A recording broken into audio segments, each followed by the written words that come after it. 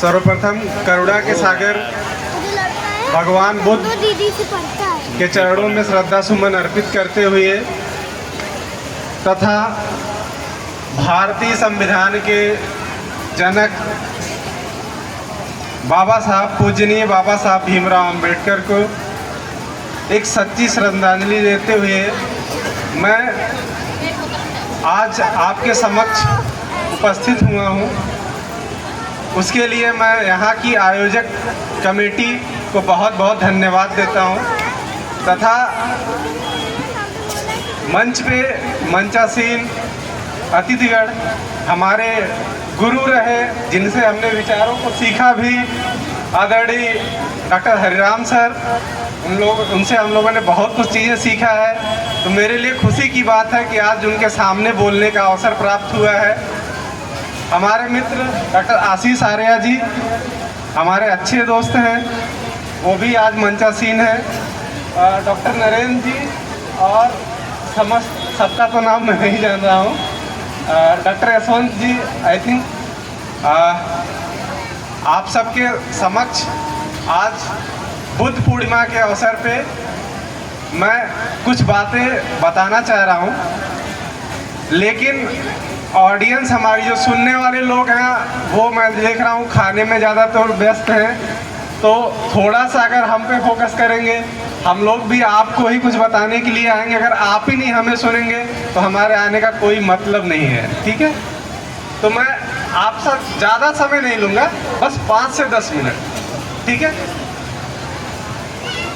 बुद्ध अपने आप में बहुत बड़ी चीज़ है।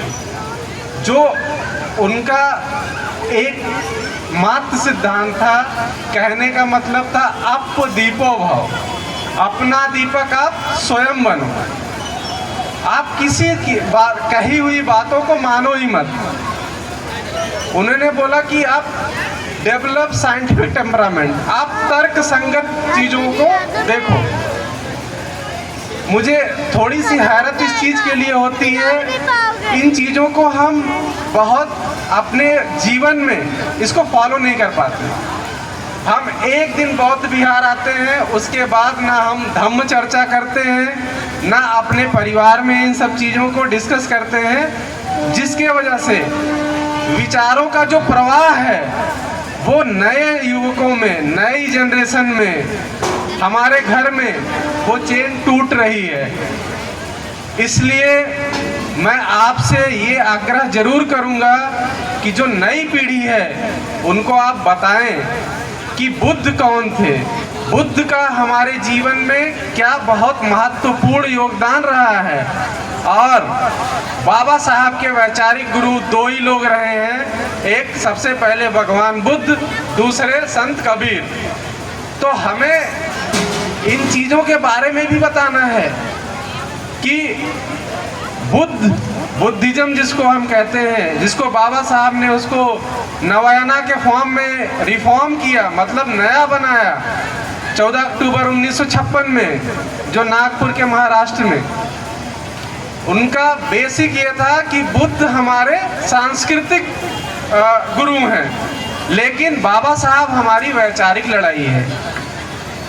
बुद्धिज्म से एक था कि केवल साधना, केवल हम उनको क्या करते थे कि खुद मोक्ष और दूसरे को ज्ञान दे सकते थे, लेकिन बाबा साहब ने उसको नवायना में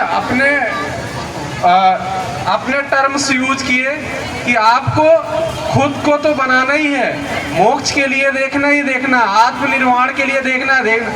दूसरी चीज़ें क्या, सामाजिक लड़ाई, जो हमारी सामाजिक लड़ाई है उसके लिए बाबा साहब बहुत ज़रूरी हैं, आज भी और आगे भी रहेंगे। यही कारण है कि आप लोग देख रहे होंगे इस बार 14 अप्रैल बहुत धूमधाम से मनाया गया था, क्योंकि वैचारिक लड़ाई में हम अम्बेडकरवाद में बहुत आगे जा रहे हैं, लेकिन कहीं ना कहीं हम सांस्कृतिक लड़ाई में पीछे हो जा रहे हैं। और वो जो सांस्कृतिक लड़ाई है हमारी, वो है भगवान बुद्ध। भगवान बुद्ध के इशारों पे रह के हम नया बुद्धमय भारत बनाने की तरफ अग्रसर हो सकते हैं और बाबा साहब के बताए हुए रास्तों पे चल के हम शिक्षित संगठित संघर्ष का जो रास्ता है उसको पा सकते हैं। इसी कड़ी में मैं एक बात कहना चाहता हूँ, जो 3 बातें कही गई थी, शिक्षित बनो, संगठित बनो, संघर्ष करो, उसके साथ में मैं कुछ लाइनें उसमें ऐड करना चाहता हूँ। पहले हमको समझ के पढ़ना है, पढ़ना नहीं है, केवल समझ के पढ़ना है। और जो आपने समझ के पढ़ा उसको समझ के दूसरों को समझाना भी है। और जब दूसरे समझ जाएं तो उनको बोलना है कि आप अपनी जड़ों को ना भूलो, जहाँ से आप आए हैं आप अपनी बस्तियों में, अपने घरों में जरूर जाएं, ताकि एक नव चेतना का प्रवाह हो। यही मेरी अंतिम वाणी है। इसी साथ मैं आप लोगों से विदा लेना चाहूँगा। जय भीम, जय भारत, नमो बुद्धाय।